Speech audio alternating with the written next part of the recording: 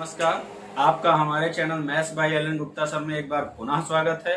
बच्चों, आज हम लोग एक्सरसाइज 1D के क्वेश्चन नंबर 6 से स्टार्ट करेंगे, क्योंकि इससे पहले के क्वेश्चन मैंने आपको इसके पहले वाले वीडियो में बता दिए हैं। तो आइए देखते हैं बच्चों, हम लोग 1D में क्वेश्चन नंबर 6 कह रहा है, बताइए 1029/147 परिमेय है या अपरिमेय है। तो इसको चेक करने के लिए आइए देखते हैं हम लोग बच्चों। 1029/147, इसको क्या करेंगे 147 से 1029 को क्या कर देंगे, डिवाइड कर देंगे। अगर डिवाइड करेंगे तो डायरेक्ट अगर हम देखें तो ये लगभग 7 टाइम में क्या हो जाता है, डिवाइड हो जाता है। यानी अब आपके पास आ गया क्या, रूट में 7। और रूट में 7 क्या है आपको पता है बच्चों, परिमेय है या अपरिमेय। तो ये क्या है, अपरिमेय, अपरिमेय संख्या। ये हो गया हमारा आंसर। चलिए क्वेश्चन नंबर 7 देखते हैं हम लोग। दिया हुआ है 3/8 की दशमलव रूप में गणना कीजिए। तो क्या करेंगे आप, 3 को 8 से डिवाइड कर देंगे। तो देखते हैं, 8 से 3 को डिवाइड करते हैं, पॉइंट लगाया, 0 बढ़ाया, 8 3 जा 24, कितना आया 6, 0 बढ़ाया 7 टाइम में, यानी यहाँ कितना हो जाएगा 56, 4 0, यहाँ क्या हो जाएगा 5, यानी कि हमारा क्या आ गया 0.375। तो ये होगा, ये इसकी दशमलव रूप में क्या हो गई, गणना हो गई। क्लियर। कह रहा है दशमलव के कितने स्थानों बाद 6/1250 का दशमलव प्रसार शांत होगा। तो आप क्या करेंगे, क्वेश्चन नंबर 8 में 6/1250 आपको क्या है दिया हुआ है, ठीक है। तो आप क्या करेंगे, 1250 से 6 को भाग दे देंगे, डिवाइड कर देंगे, ठीक है। आपको पता चल जाएगा कितने स्थान बाद होगा। अगर ये आप नहीं करना चाहते हैं तो एक काम करिएगा, यहाँ इसको 8 से और इसको 8 से मल्टीप्लाई कर लेते हैं, कोई समस्या। 6 8 जा कितना हो जाएगा बच्चों, 48 हो जाएगा। और 8 0 0, 8 5 जा 40 का 0 कैरी आया 4, 8 2 जा 16 और 4 कितना 20 का 0 कैरी आया 2, 8 1 जा 8 और 2 कितना हो गया 10। अब देखिए ये आपके लिए बहुत आसान हो गया। क्या करेंगे आप, कितना हो जाएगा 0.0048, क्या मान हो जाएगा इसका 0.0048। भाई इसको अगर आप यहाँ पॉइंट हटा देते हैं तो यहाँ 1 आ जाता है, 1 2 3 4 4 10 0, यानी कि 48/10,000 को ये लिख देते हैं। तो अब कितने स्थानों बाद, तो 1 2 3 4 स्थान बाद इसका दशमलव प्रसार क्या हो जाएगा बच्चों, शांत हो जाएगा। क्लियर। क्वेश्चन नंबर 9 देखते हैं। कह रहा बिना भाग विधि के 15/4 + 5/40 को दशमलव रूप में व्यक्त कीजिए। तो सेम ऐसे ही आप लगा लेंगे इसको। देखिए 9 नंबर है आपका, 15 क्या दिया है 4 दिया है, प्लस 5 क्या दिया है 40 दिया है। अब दोनों का एलसीएम क्या हो जाएगा बच्चों, 40 हो जाएगा, ठीक है। तो 4 10 जा 40 होता है ना, तो 150 मतलब 15 × 10 कितना हो जाएगा 150 हो जाएगा। कितना हो जाएगा 150 और प्लस कितना हो जाएगा बच्चों, कितना हो जाएगा भाई, ये तो 5 भाई है तो 5 हो जाएगा, ठीक। 150 दोनों का एलसीएम 40 हो गया, 4 10 जा 40, यानी 10 से ऊपर नीचे मल्टीप्लाई कर देते तो 150 + 5। अब ये कितना हो गया बच्चों 155 कितना 40, ठीक है। अब आपको भाग विधि नहीं लगानी है, तो देखिए 40 को 2.5 से ऊपर और 2.5 से आप नीचे मल्टीप्लाई कर दीजिएगा। तो 40 को 2.5 से डिवाइड करें, मल्टीप्लाई करेंगे तो हो जाएगा 100, और इसको मल्टीप्लाई करिएगा, जो आएगा उसको 100 से आपको सीधे ऐसे ही भाग दे देना, उतने स्थान पर दशमलव लगा देना है। तो भाग प्रक्रिया इसमें नहीं लगानी है। क्लियर। क्वेश्चन नंबर 10 देखते हैं हम लोग। परिमेय संख्या 257/5000 के हर को 2 की पावर m और 5 की पावर m के रूप में व्यक्त करना है आपको, और बिना वास्तविक विभाजक के दशमलव प्रसार इसका ज्ञात करना है। तो आइए देखते हैं।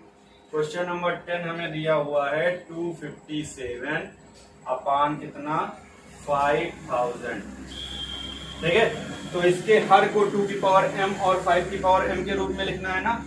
तो हर को हम देखते हैं 5000 को हम 2 से डिवाइड करते हैं तो कितना हो जाएगा बच्चों 2500, फिर 2 से 1250, इसके हम लोग फैक्टर कर रहे हैं, कितना हो गया 625, फिर 5 से 2 से 2500, 2 से 1250, 50, फिर 2 से किया तो कितना आ गया 625, 5 से करेंगे 125, फिर 5 से करेंगे 25, फिर 5 से करेंगे 5, फिर 5 से करेंगे 1।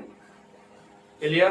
देख लेते हैं। 5 पचम 25 पंजे 125 पंजे 625 दूनी 1250 दूनी 2500 दूनी 5000, यानी इसके हमारे फैक्टर क्या आ गए 2 into 2 into 2 into 5 into 5 into 5 into 5, या फिर हम इसको लिख सकते हैं कितना 2 की पावर 3 इंटू 5 की पावर कितना 4।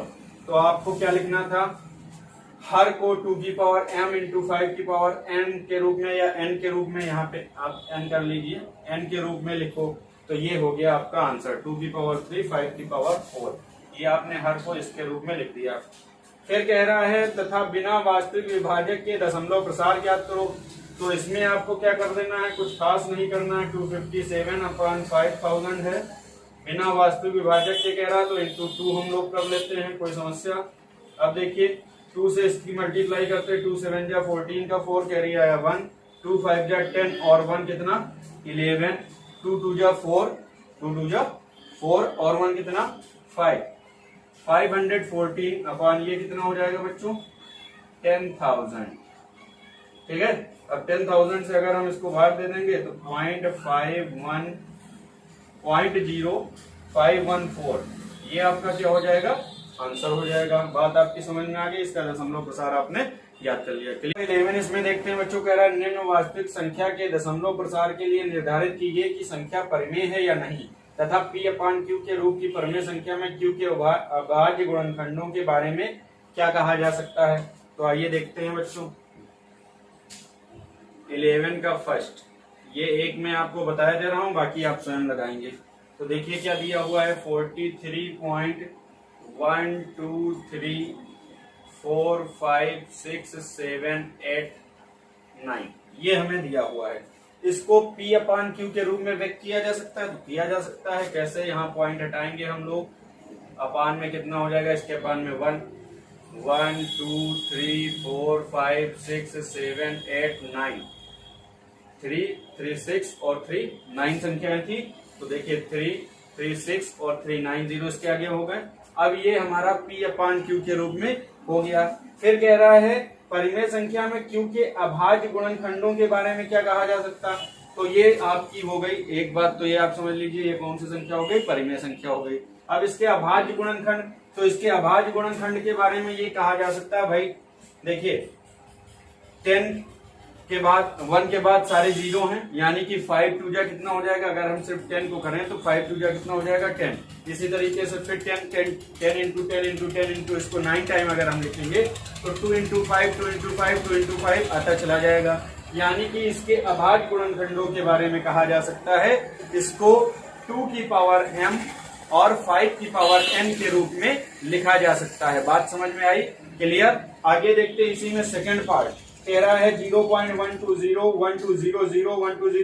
देखिए इसके बाद इसमें ये बढ़ता ही चला जा रहा है, तो जब बढ़ता ही चला जा रहा है तो जाहिर सी बात है यहाँ पर क्या होगा, ये रिपीटेशन इसका समाप्त ही नहीं होगा, यानी इसका आसान दशमलव होगा, और ये इस स्थिति में परिमेय संख्या नहीं होगी।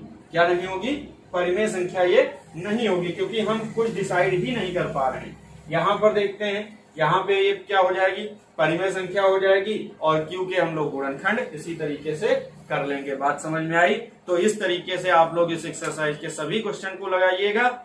आगे देखते हैं हम लोग चैप्टर से संबंधित एक्सरसाइज 1D अभी मैंने आपको बता दी है, इससे संबंधित एक्सरसाइज 1E 1F आप लोग स्वयं लगाएंगे, क्योंकि ये जिस टाइप के क्वेश्चन मैंने आपको बताए हैं उन्हीं से रिलेटेड विविध प्रश्नावलियां हैं, इसलिए इनको आप स्वयं सॉल्व करेंगे। अगर कोई क्वेश्चन आपका नहीं लग पा रहा है तो मैं आपको बता दूंगा, आप कमेंट बॉक्स में मुझसे पूछ सकते हैं। तो बच्चों इस चीज को आपको ध्यान में रखना है। ये आज आपका चैप्टर समाप्त होता है। मिलते हैं हम लोग नेक्स्ट